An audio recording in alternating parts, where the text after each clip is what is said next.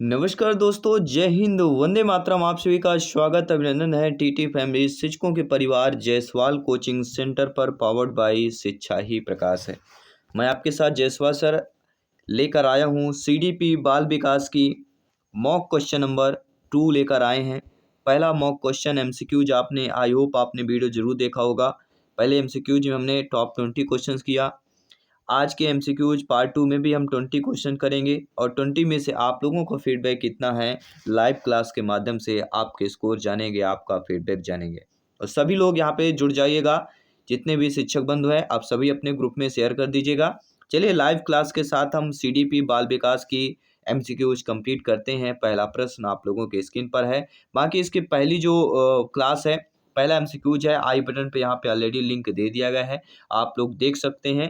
क्योंकि कंटिन्यूअस जब आप डेली क्लासेस डेली एमसीक्यू देखेंगे, पार्ट वाइज देखेंगे, तो आप लोग अच्छे तरीके से प्रिपरेशन कर पाएंगे और बाल विकास में 30 में से 25 प्लस का स्कोर आसानी से प्राप्त कर पाएंगे। पहला प्रश्न है, विकास के परिप्रेक्ष्य में समय के साथ होने वाले परिवर्तनों में निम्न में से क्या शामिल होता है?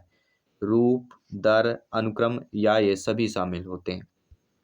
देखिए प्रश्न क्या पूछा गया है। विकास के परिप्रेक्ष्य के समय के साथ होने वाले जो परिवर्तन में जो शामिल होता है वह रूप भी होता है, दर भी होता है और अनुक्रम भी शामिल होता है। इसलिए जो ये सभी वाला ऑप्शन दिया गया है, फोर्थ ऑप्शन यहाँ पर सही हो जाएगा। नो डाउट, आई होप आप सभी लोग समझ गए होंगे। आइए बात करते हैं दूसरे प्रश्न की। दूसरा प्रश्न क्या कह रहा है, स्क्रीन पर है कि दीक्षा द्वारा पूछे गए एक प्रश्न का उत्तर शिक्षक तत्काल नहीं दे सकता है तो शिक्षक की प्रतिक्रिया क्या होनी चाहिए? आप सभी लोग भावी अध्यापक अध्यापिकाएं हैं, जायसवाल सर आप सभी का अभिनंदन करते हैं। सभी मित्रों को जय हिंद, वंदे मातरम, इंकलाब जिंदाबाद। मेरे सभी शेर शेरनी, मेरे सभी प्यारे मित्र, भाई बहन, गृहिणी जिनका सपना है सी टेट एग्जाम को फतेह करना, साथ ही साथ अदर स्टेट टीटी एग्जाम को फतेह करना, सभी का वेलकम है। तो एक दीक्षा एक बालक बालिका है, दीक्षा एक बालिका है, शिक्षार्थी है। वह पूछे गए एक प्रश्न का उत्तर अगर कोई भी शिक्षक तत्काल नहीं दे सकता है तो शिक्षक की प्रतिक्रिया क्या होनी चाहिए? अगर आपको उत्तर नहीं मालूम है या आप उत्तर नहीं दे सकते हैं तत्काल, तो शिक्षक द्वारा दीक्षा को चुप करा देना चाहिए कि चुप हो जाओ, ऐसे प्रश्न नहीं पूछना। शिक्षक द्वारा दीक्षा का ध्यान जो है बटा देना चाहिए या ध्यान दूसरी तरफ दे देना चाहिए।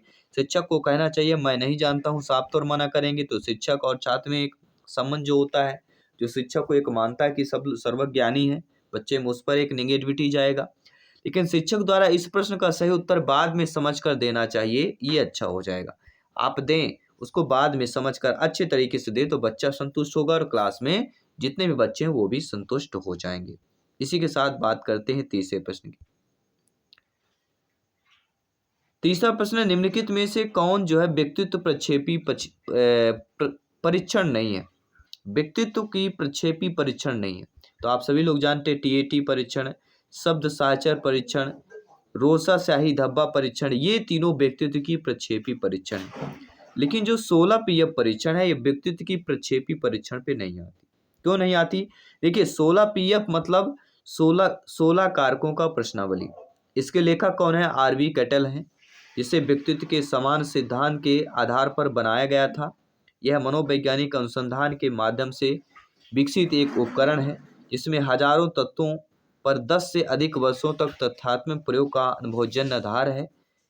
इनमें कम से कम समय में व्यक्तित्व के एक उद्देश्य बहुत पूर्ण दृष्टि पेश करने का उद्देश्य किया गया है।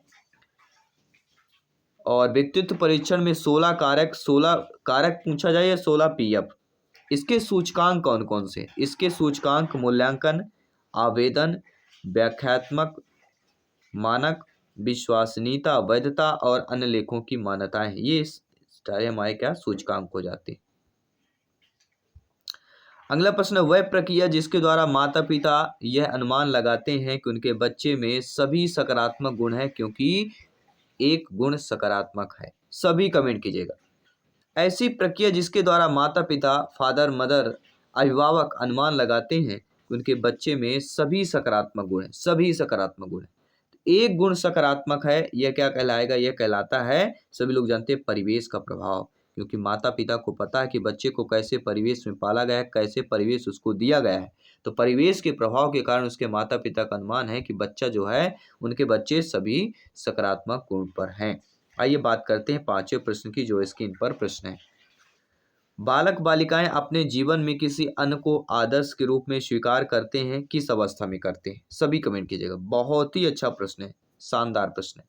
तो बालक बालिकाएं, शिक्षार्थी, विद्यार्थी अपने जीवन में किसी अन्य को आदर्श के रूप में स्वीकार करें। जी हाँ, अपना आदर्श मानते हैं। जो क्रिकेट प्रेमी है, विराट कोहली, महेंद्र सिंह धोनी, ठीक है, और भी जो भी नए नए रोहित शर्मा हैं, केएल राहुल हैं, ऋषभ पंत है, ठीक है, हार्दिक पांड्या हैं, अपने अपने आदर्श मानते हैं।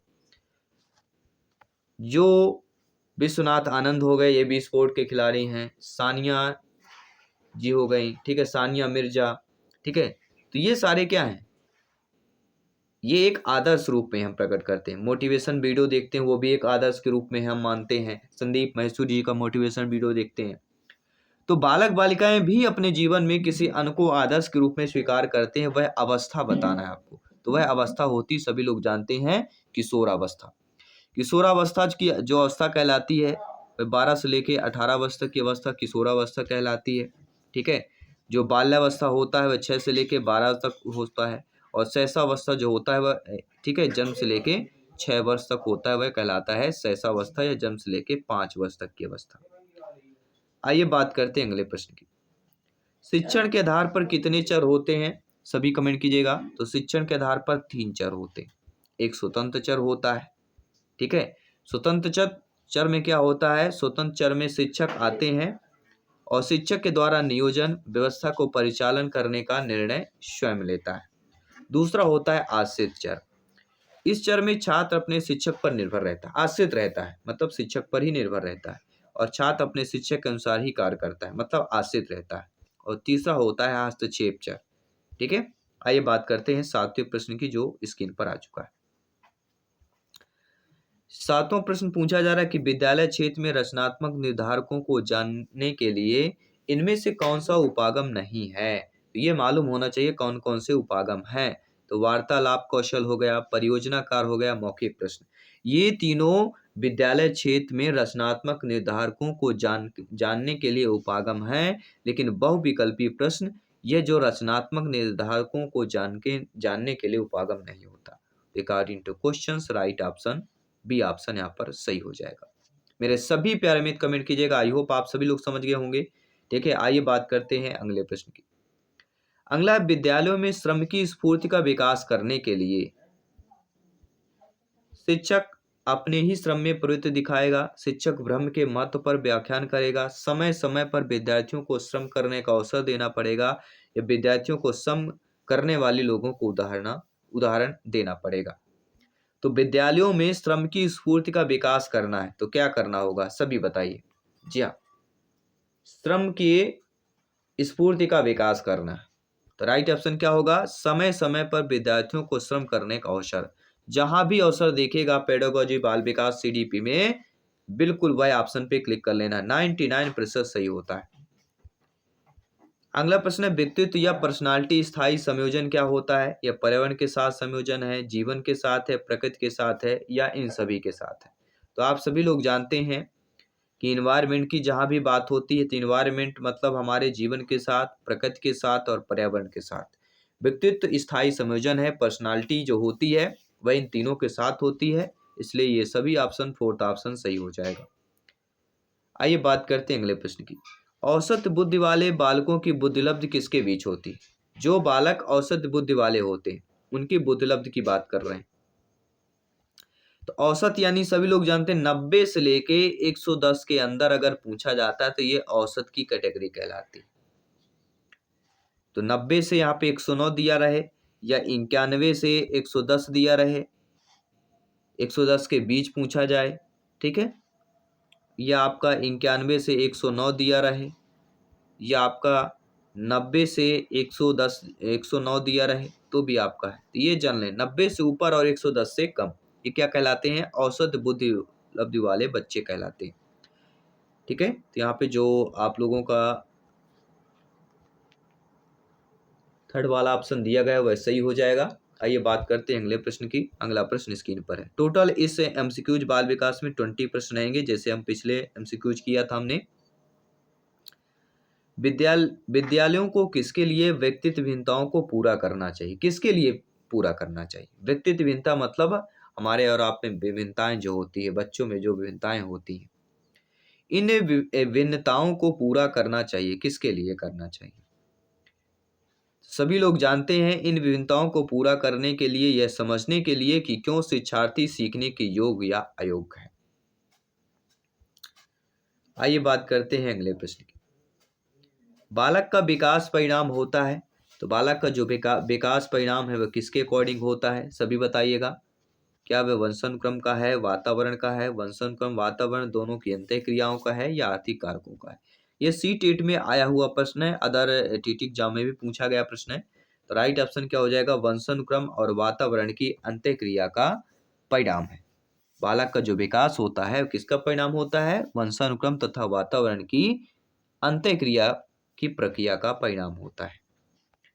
अगला प्रश्न है, निःशुल्क एवं अनिवार्य शिक्षा अधिकार अधिनियम जो 2009 है, आरटी एक्ट 2009 है, उससे संबंधित आपका प्रश्न है। उससे संबंधित प्रश्न यह है, जो शिक्षा का अधिकार अधिनियम निःशुल्क 2009 है, इसमें अनिवार्य शब्द का अर्थ क्या होता है? इसमें आपने पढ़ा होगा, हमने आपको डिटेल के साथ बताया भी है, और एक बार और रिपीट कर देंगे एग्जाम टाइम में आपके जितने भी, चाहे हम, ठीक है, आरटी एक्ट की बात करते हैं, आपके एनसीईआरटी की बात करते हैं, एनसीएफ 2005 की बात करते हैं, national curriculum framework 2005, RT act, यहाँ से दो दो प्रश्न जरूर पूछे जाते हैं, तो ये टॉपिक भी कवर करेंगे।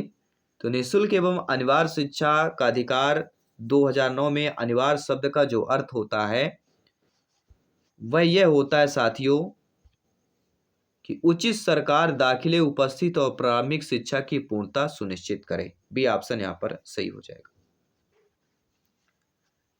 अगला जो प्रश्न है कि निम्नलिखित में से क्या बच्चों के सृजनात्मकता विकास में सहायक नहीं है? देखिए, सृजनात्मकता में सहायक जो होता है वह होता है खेल, भाषण, कहानी, लेखन, ये तीनों सहायक होते हैं। लेकिन निर्माण संबंधी जो भी क्रियाएं होंगी वह बच्चों के सृजनात्मक के विकास में सहायक नहीं होंगी। इसलिए अकॉर्डिंग टू क्वेश्चंस हमारा डी ऑप्शन सही हो जाएगा, क्योंकि यही तो पूछा जा रहा है कि सृजनात्मकता विकास में सहायक नहीं है, तो निर्माण संबंधी क्रियाएं सहायक नहीं होंगी। अगला जो प्रश्न है कि विद्यार्थियों को विद्यालय में खेलना क्यों उचित होता है? सभी बताइएगा। तो जो भी बालक बालिकाएं हैं उनको विद्यालय में खेलना उचित क्यों होता है? सभी बताइएगा। उचित इसलिए होता है कि यह सहयोग एवं शारीरिक संतुलन का विकास करता है। खेल में क्या होता है, एकजुट समूह होकर ग्रुप में खेलते हैं, कभी ग्रुप ए ग्रुप बी में बढ़ता है, और हमेशा जो गेम होता है ग्रुप में ही बढ़ता है, किसी एक पक्ष पर नहीं होता, विपक्ष को भी होना पड़ता है, दोनों जीतने की कोशिश करते हैं, ठीक है। चाहे कबड्डी की बात करें, चाहे क्रिकेट की बात करें, पक्ष पर होता है, दोनों पक्ष जीतने की कोशिश करते हैं। और इसमें क्या होता है, जो टीम होती है उसमें जो सहयोग करते हैं एक दूसरे का, शरीर संतुलन का भी विकास होता है, उसमें संतुलन भी बनाना पड़ता है, ठीक है। तो हमारा यहाँ पे डी ऑप्शन सही हो जाएगा। अगला जो प्रश्न है बहुत अच्छा प्रश्न है, इंटरेस्टेड प्रश्न है कि परिवार एक साधन है। परिवार एक अनौपचारिक शिक्षा का साधन है, औपचारिक शिक्षा का, दूरस्थ शिक्षा का, या गैर औपचारिक शिक्षा का साधन होता है। परिवार, फैमिली, हम सब फैमिली परिवार से जुड़े हुए हैं, इस समाज, इस देश, इस राज्य, जिला, गांव, सबसे जुड़े हुए हैं। तो परिवार एक जो साधन कहलाता है वह सभी जानते हैं, परिवार एक अनौपचारिक शिक्षा का साधन होता है। किसका होता है? अनौपचारिक शिक्षा का साधन होता है। क्यों होता है ये भी जान लेते हैं। देखिए, अनौपचारिक शिक्षा को अधिगम के उस रूप में देखा जा सकता है जो दैनिक जीवन में चलता है, या अधिगम की परियोजनाएं जो हम स्वयं के लिए शुरू करते हैं, ये कहलाता है अनौपचारिक शिक्षा। आई होप आप समझ गए होंगे। आइए बात करते हैं अगले प्रश्न की। शिक्षा मनोविज्ञान का संबंध किससे नहीं होता है? तो ये भी जानना जरूरी है कि शिक्षा मनोविज्ञान का संबंध किससे होता है। शिक्षा मनोविज्ञान का संबंध मानव व्यवहार के अध्ययन से होता है, मानसिक प्रक्रियाओं के अध्ययन से होता है, सीखने के तरीकों के अध्ययन से होता है। लेकिन संचार के माध्यमों के अध्ययन से आपका शिक्षा मनोविज्ञान का संबंध नहीं है, कनेक्टिविटी नहीं है, इसलिए according to questions D option सही हो जाएगा। आइए बात करते हैं अगले प्रश्न की। अगला प्रश्न है कि माध्यमिक विद्यालय की कक्षा में शिक्षिका के पास एक बधिर बच्चा है जिस बच्चे को सुनाई नहीं देता। उसके लिए क्या महत्वपूर्ण होगा। देखिए, जो बच्चा बधिर है, जो बच्चे को दिखाई नहीं देता, ठीक है, जो बच्चा विकलांग है, ऐसे प्रश्न कई बार पूछे जाते हैं और बनाए जाते हैं प्रश्न, मॉडरेट प्रश्न पूछे जाते हैं। उसके लिए महत्वपूर्ण क्या होता है, जिस बच्चे को सुनाई नहीं देगा, मतलब संकेत के द्वारा इसको बताए देंगे, या वह बच्चे को उस स्थान पर बैठाएं जहां से वह शिक्षिका के होंठ तथा चेहरे भाव साफ तौर पर देख सके। बिल्कुल सही बात है। कई बच्चे जिनको सुनाई देता वो आपके ओठों से पता लगा लेते हैं कि ये क्या बोल रहे हैं, कौन सा शब्द बोल रहे हैं, उनके एक्सप्रेशन, चेहरे के एक्सप्रेशन से पता लगा लेते हैं। ठीक है, ये अपने आप उनके अंदर जो है एक, कह सकते हैं, डीपली कहीं ना कहीं एक गॉड गिफ्टेड होता है, वो अपने आप सारा कुछ कंक्लूजन तैयार कर लेते हैं। अगला प्रश्न है, फ्राइड के अनुसार इनमें से कौन सी विकास अवस्था में बच्चे का ध्यान जननांगों की तरफ जाता है। मुखी, गुदी, लैंगिक, प्रसुप्ति। कौन सी अवस्था है अकॉर्डिंग टू फ्राइड, विकास अवस्था में बच्चे का ध्यान जनांगों की तरफ जाता है, वह कहलाता है लैंगिक। कौन सा हो जाएगा यहाँ पे, लैंगिक हो जाएगा। लैंगिक अवस्था, फैलिक स्टेज। फ्राइड के मनोलैंगिक अवस्था में तीसरी अवस्था लगभग 5 वर्ष की आयु में जब सुख का अनुभव जनांगों में केंद्रित होता है और बालक बालिका दोनों इडिपस मनोग्रंथि का अनुभव करते हैं। 20वां प्रश्न है इस एमसीक्यूज का टॉप 20 में से, संवेग क्या होता है। प्यार व स्नेह है, क्रोध व भय है, उत्तेजना या भाव में परिवर्तन है, या इनमें से कोई नहीं। सभी कमेंट कीजिएगा। और ये हम एमसीक्यूज में आप सभी के लिए मॉक क्वेश्चन दे रहे हैं टॉप 20 में से, सेकंड पार्ट में 20वें प्रश्न में से आप सभी के लिए मॉक क्वेश्चन है, और इस मॉक क्वेश्चन का आंसर आपको कमेंट बॉक्स में बताना है। साथ ही साथ दोस्तों आपको ये भी बताना है कि टॉप 20 में से आपने कितने स्कोर प्राप्त किया है। ठीक है, और देखिए, सक्सेस होने के लिए एक बात याद रखिएगा, जिद होनी चाहिए। कुछ भी हासिल करने के लिए उम्मीद लगा के तो हर कोई बैठा है, लेकिन जो जिद्दी होता है सक्सेस वही पाता है साथियों। जो जिद्दी होता है सक्सेस वही पाता है, ठीक है, सफलता वही प्राप्त करता है।